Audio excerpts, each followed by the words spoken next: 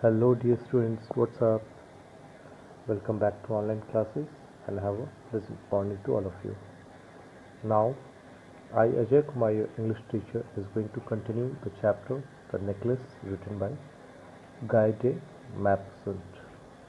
Now, in previous video we have seen how does a woman wish leads her to a disastrous path, disastrous way, since she was having very much dreams of being wealthy and glamorous.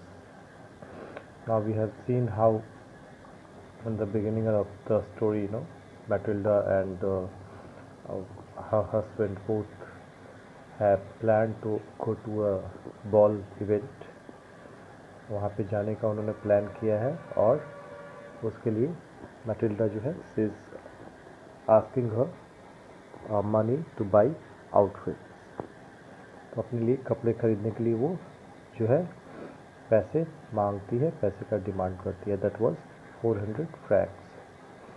Now I will read more and I will try to finish it up in this video only. I'm really sorry guys, I'm sneezing, so we'll have a snoring sound in the video. Hold on just a second. Now we'll try to finish it up today only, so we'll see the more story. हम सारी story जो है आज ही complete कर लेंगे। सो mister Loisel suggests she go see her friend that is Madame Forestier, a rich woman who can probably lend her something. Matilda goes to see Madame Forestier and she's in luck. उसका luck अच्छा था Matilda का कि madam फ्रॉस्टियर के पास में कुछ अच्छा था जो वो पहन के जा सकती थी, और वो एक नेकलेस था। What was that?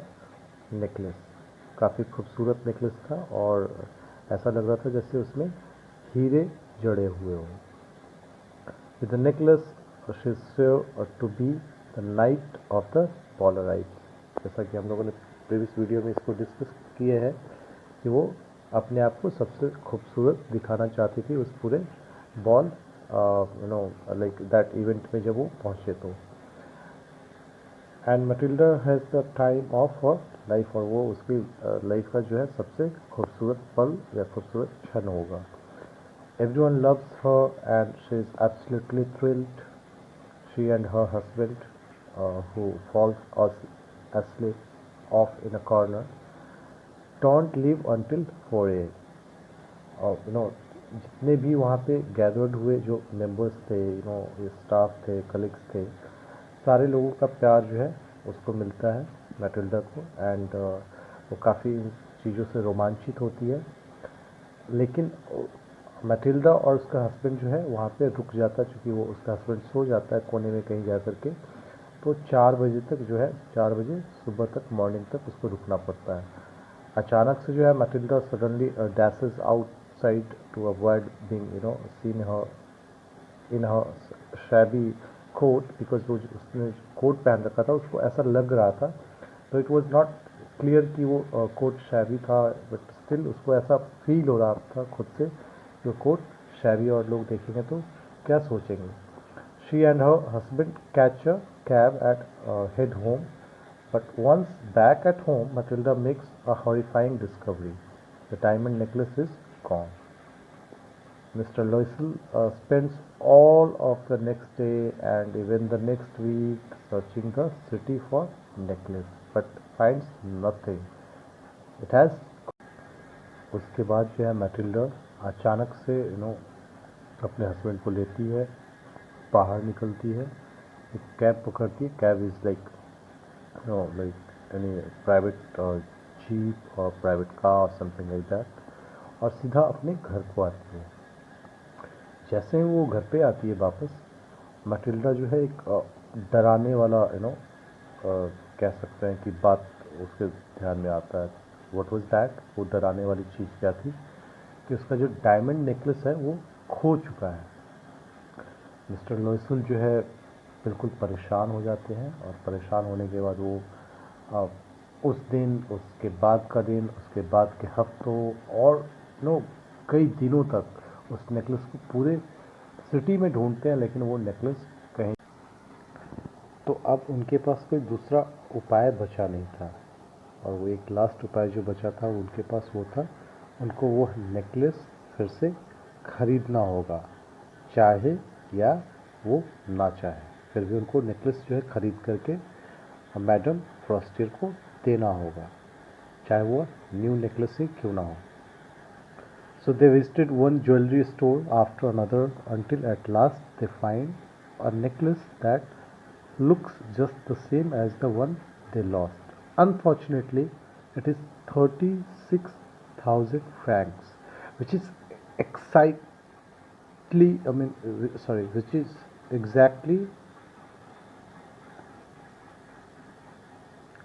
which is exactly, twice the amount of the money Mr. Loisel has to his name.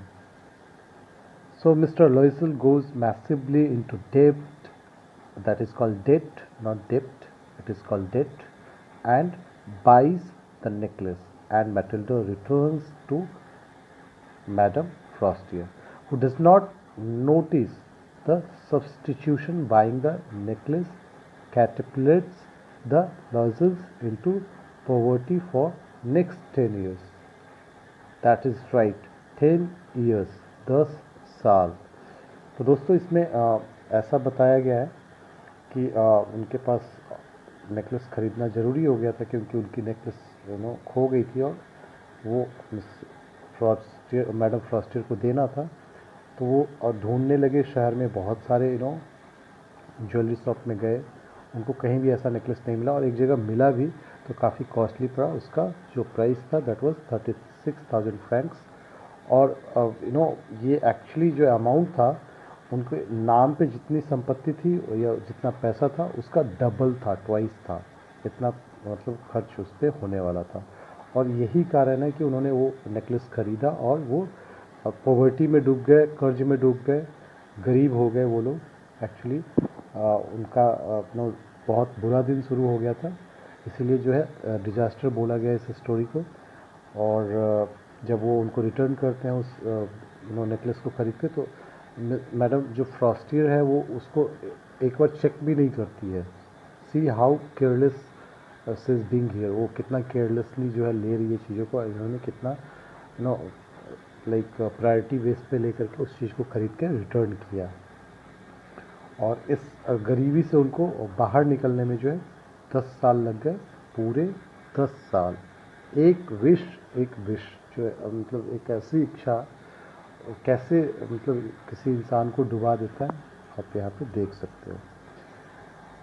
And on top of it all Matilda losses her good looks, और इन सारी बातों से ऊपर जो है मैटिल्डा का जो चार्म था फेस का, she was known for her glamour and gorgeous face look, वो भी जा चुका था इस डिजास्टर के कारण।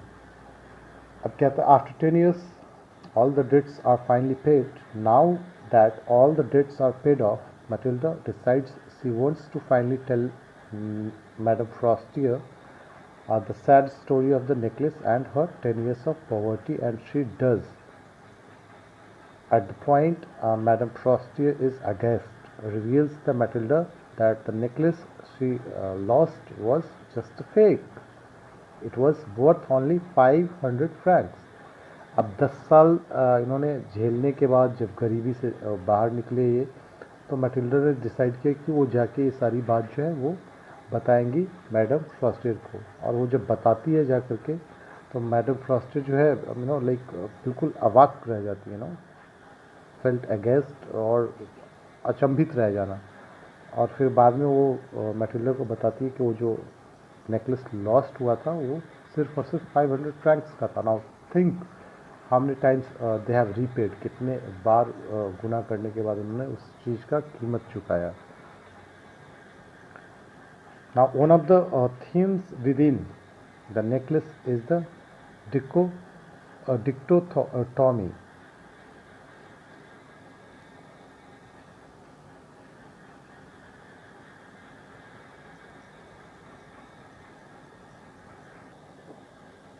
Now, one of the theme within the necklace is the dichotomy of reality versus appearance. Madame Aloisel is beautiful on the outside, but inside she is disconnect, discontented with her less than.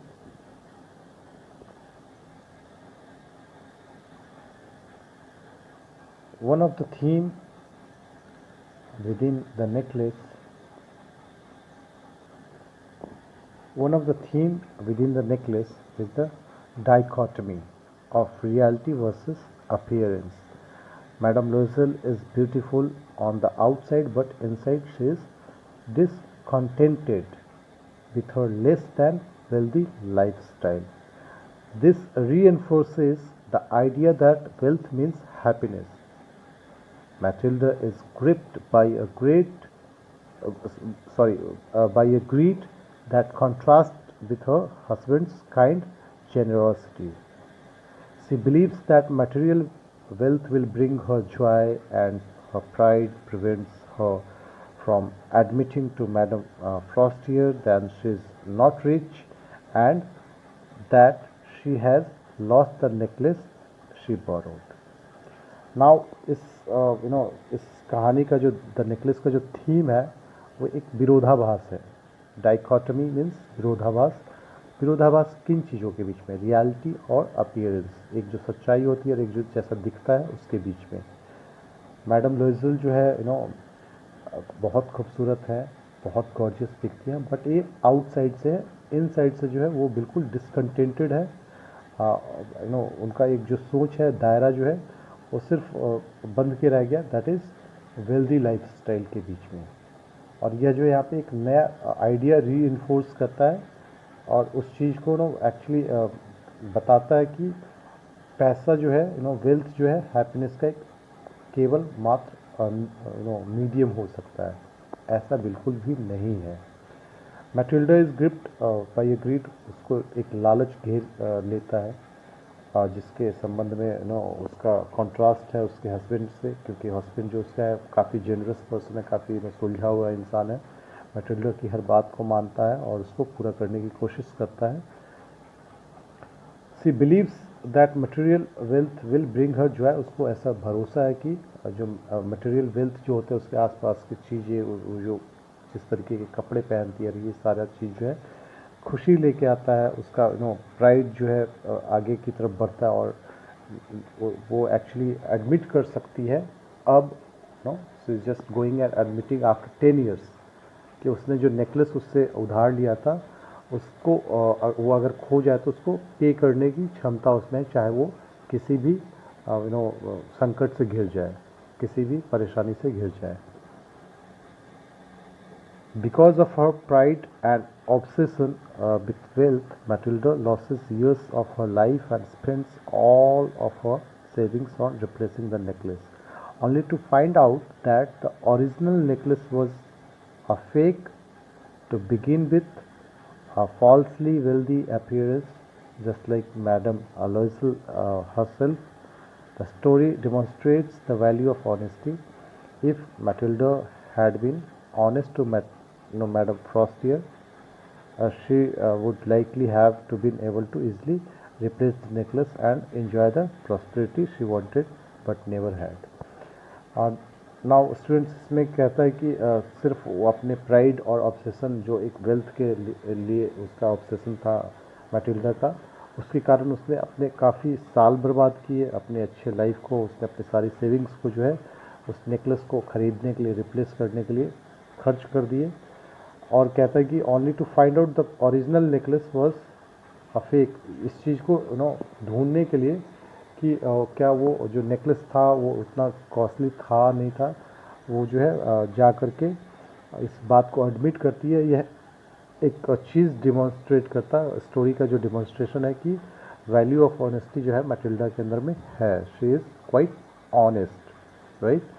वो काफ़ी honest है और वो जा कर के madam फ्रॉस्टियर से accept करती है, एडमिट करती है कि कैसे उसने उस चीज़ को एंजॉय करने के लिए, रिप्लेस करने के लिए अपने सारे सेविंग्स खर्च कर दिए. The necklace get gets its title from the gorgeous piece of diamond jewelry that drives the story is plot. The expensive nature of the necklace is not the only way in which wealth is central to this story. कहता है necklace जो है इस chapter का जो नाम दिया गया है वो क्योंकि उसकी खूबसूरती जो है उस डायमंड ज्वेलरी में काफ़ी चमकती है और उसी से जो है इस कहानी का प्लॉट जो है आगे बढ़ता गया उसके बारे में कि उस डायमंड के साथ में क्या हुआ होगा, वो ज्वेलरी कितना महंगा होगा, किसके पास गया होगा, कहानी आगे बढ़ती जाती है। और कहता है कि the expensive nature of the necklace is not the only way in which wealth is central to this story. जिस तरीके से एक्सपेंसिव होता है दिस डायमंड्स, उसी हिसाब से जो है इसको सेंट्रल स्टोरी में जगह दिया गया है इस नेकलेस को, इस डायमंड को। और जो the main character of the necklace जो है वो इस चीज़ को लेके ऑब्सेस्ड है, वेल्थ को लेकर के ऑब्सेस्ड है। That is the protagonist and that is Loisel Mathilde. वो चाहती है उसको मतलब she wants nothing else than to escape from a savvy middle class life. वो सिर्फ यही चाहती है कि उसको उस मध्यम वर्गीय परिवार से छुटकारा मिल जाए, वो थोड़ा अपर क्लास में चली जाए, उसके पास सारे लग्जरी हो, उसके लाइफ में ग्लैमर हो, है ना। ये सारी चीज़ों को वो ढूंढती है बिकॉज उसका जन्म जो है वो ग्लैमरस लाइफ के लिए हुआ था। So this story makes us realise that one must learn to live within one's means and be content with what one has. It is the only choice for a life of contentment, peace and everlasting happiness. कहता है story से जो है हमें काफ़ी strong message मिलता है और रियलाइज होता है, एहसास होता है और सीखने को मिलता है कि एक व्यक्ति को जो है खुद से रिलेटेड चीज़ों के बारे में जो जो उसके पास में है उससे ज़्यादा कनेक्ट होना चाहिए, बजाय कि वो एक ड्रीमिंग वर्ल्ड में चला जाए, सपनों के देश में चले जाए और आप कुछ बियॉन्ड ऑफ योर रिच आप अटेम्प्ट करने की कोशिश करें, तो जो है काफ़ी नुकसानदेह होता है। इस बजाय आप इन सारी चीज़ों में जो आपके पास है उसके साथ में खुश रहने की कोशिश कीजिए। So dear student, we have finished this chapter the necklace. In next coming videos we'll be dealing with the question answer of this chapter. So stay tuned with the channel and we'll meet in next video. Till then, bye, take care and have a nice day. Thank you everyone.